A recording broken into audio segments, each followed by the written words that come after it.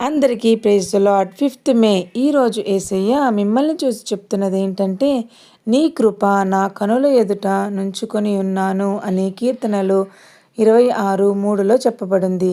Your loving kindness is before my eyes. దావీదు ఈ కీర్తనలో తన నిష్కపటకమైన జీవితం గురించి దేవుని ముందు చెప్పుకుంటున్నాడు. దేవుని కృపను ఎప్పుడూ గుర్తించుకుంటున్నాను అని. కాబట్టి ప్రియమైన బిడ్డల్లారా, దేవుని కృపను ఎప్పుడూ గుర్తించుకోవాలి.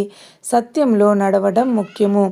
దేవుని ముందర నిజాయితీగా జీవించాలి. చిన్ని ప్రార్థన. ప్రియమైన పరలోకపు తండ్రి, నీకు స్తోత్రాలయ్యా.